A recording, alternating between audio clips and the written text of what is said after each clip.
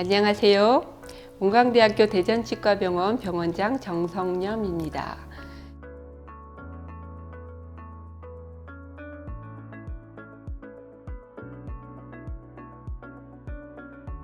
저는 오늘 치주과 전문의로서 치주과라는 치과 전문과에 대해서 소개하고 치주질환의 증상과 치료법에 대한 궁금증을 하나씩 풀어드리고자 합니다.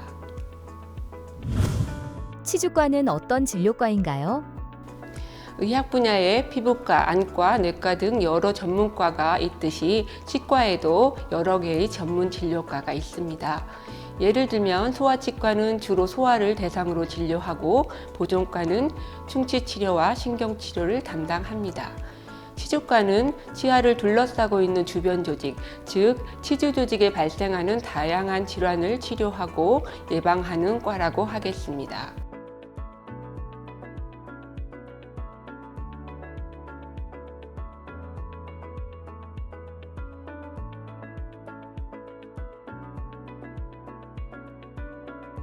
치주 조직은 우리가 눈으로 볼 수 있는 연조직에 해당되는 잇몸, 치은이라고 하죠. 이러한 조직뿐만 아니라 치주 인대와 잇몸뼈, 즉 치조골을 포함하는 조직입니다.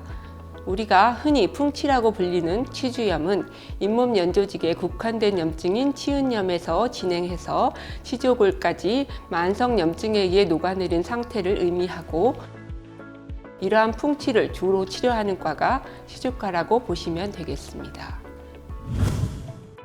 심각한 치주염 상태여도 통증이 별로 없을 수 있다고요?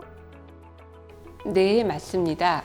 많은 만성 질환이 그러하듯 치주염 또한 심각하게 진행해서 치아가 흔들리고 씹기가 어려워지기 전까지 큰 통증이 없는 것이 특징입니다. 몸의 컨디션이 안 좋을 때 잇몸이 한번 부었다가도 약을 먹으면 곧 가라앉기도 하면서 대수롭지 않게 여겨서 치과 방문을 미루었다가 다수의 치아를 빼야 하는 경우가 많이 있습니다. 불편하지 않아도 아프지 않아도 주기적인 스케일링 및 치과 검진이 중요한 이유입니다. 잇몸 겉으로 염증 사인이 없어도 치조골이 상당히 녹을 수 있으므로 육안에 의한 검진뿐만 아니라 치조골 높이나 상태를 파악하기 위해서 치과 방사선 사진을 몇 년에 한 번씩은 촬영해 볼 것을 추천드립니다. 치주염을 의심해 볼 증상은 어떤 것들이 있을까요? 앞서 말씀드린 바와 같이 심한 치주염이 있어도 통증이 없는 경우가 많지만, 여러분 중에 제가 말씀드리는 증상이 한 가지라도 있다면 치과대학병원 치주과나 잇몸 치료를 적극적으로 하시는 치과 병의원을 가능한 한 빨리 방문해 보시는 게 좋겠습니다. 첫 번째는 이가 전반적으로 시린 경우입니다. 치주염을 풍치라 부르는 이유는 바람이 불면 치아가 시려지는 증상 때문에 치아가 바람 들었다고 표현한 것에서 유래되었습니다. 치조골이 높고 잇몸이 내려가서 치아 뿌리가 노출되기 때문에 약한 자극에도 시려지는 것입니다. 칫솔질 할 때 피가 난다면 무시하지 말고 바로 치과에 방문해 주세요.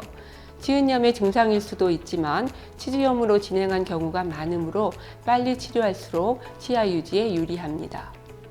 한 번이라도 잇몸이 부은 경우가 있다면 반드시 치주과나 치과에 방문해 주세요. 치조골이 상당히 녹았을 때만 잇몸이 붓기 때문에 심각한 증상입니다. 같은 부위 잇몸이 여러 번 부은 다음에 치과에 내원하는 경우 제대로 치료도 못 해보고 발치해야 하는 경우가 아주 많습니다. 잇몸이 빨개진 경우에도 병원에 와보셔야 됩니다. 정상 잇몸은 원래 핑크색입니다. 염증이 심해져서 모세혈관이 증식하면 잇몸은 검붉은색으로 변하기 때문에 이러한 경우에도 반드시 치과에 방문해 주시길 바랍니다. 잇몸 치료는 어떻게 하나요? 치주 질환은 보통 4단계로 치료하게 되고요. 결과적으로 많이 아프지는 않습니다. 가장 먼저 스케일링을 하게 됩니다. 치아 표면에 잇몸 상부에 있는 치태와 치석을 제거하는 수식이라고 하겠습니다. 이러한 치태와 치석을 물리적으로 제거하면서 거친 치아 표면을 매끄럽게 해서 이런 것들이 부착이 좀 어렵게 만드는 과정입니다. 스케일링은 치주 치료의 기본적인 수식이기도 하면서 예방적인 수식이기도 합니다. 두 번째 치료 단계로는 비수술적 치료입니다. 스케일링만으로 치료를 할 수 없을 만큼 잇몸 질환이 진행했을 경우에는 잇몸 주변에 간단한 마취를 하게 되고 큐렛이라는 특수 기구를 이러한 잇몸 속에 집어넣어서 치석이나 치태를 제거하는 수식입니다. 세 번째 단계로는 수술적 치료입니다. 치주염이 상당히 진행해서 치주낭이 깊은 경우에는 비수술적 방법으로 잇몸 속의 국소적 원인을 완전히 제거하기는 힘들기 때문에 잇몸을 절개하고 열어서 시술 부위를 직접 보면서 치근면에 붙어있는 치석과 치태를 확실히 제거하고 최종적으로 봉합을 해주는 치료입니다. 이러한 수술에는 절제형 수술과 재생형 수술이 있습니다. 수술에는 일반적인 절제형 치주 수술과 재생형 치주 수술이 있습니다. 절제형 수술은 단순히 잇몸을 절개하고 치주 질환의 국소적 원인인 치태와 치석을 제거한 후 그냥 잘 봉합해주는 현재의 상태를 최대한 유지하기 위한 수술이라고 하겠습니다. 재생형 수술은 이렇게 나쁜 원인을 제거한 다음에 치조골이나 치주인대의 재생을 시도하기 위해서 여러 가지 재료를 적용하는 수식이라고 하겠습니다. 볼 이식을 한다거나 엠도게인을 적용한다거나 조직 유도 재생술을 시행하는 방법이 있고요. 이러한 여러 가지 재료나 방법을 병용하여 사용하는 수술법이 있습니다. 수술이라고 부르기는 하지만 간단한 국소 마취를 하고 진행하며 통증이 심하지 않은 수술입니다. 네 번째로는 유지 치료 단계가 있습니다.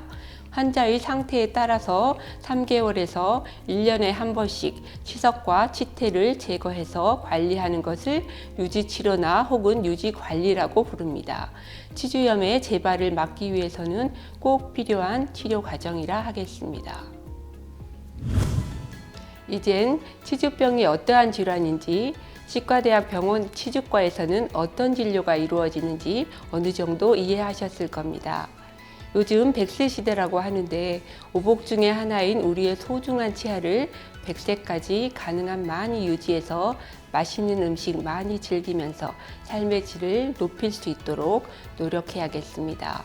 이러기 위해서는 세심하게 칫솔질하고 정기적으로 치주과나 치과를 방문해서 스케일링을 받고 필요하다면 적극적으로 잇몸 치료를 받아야 하겠습니다.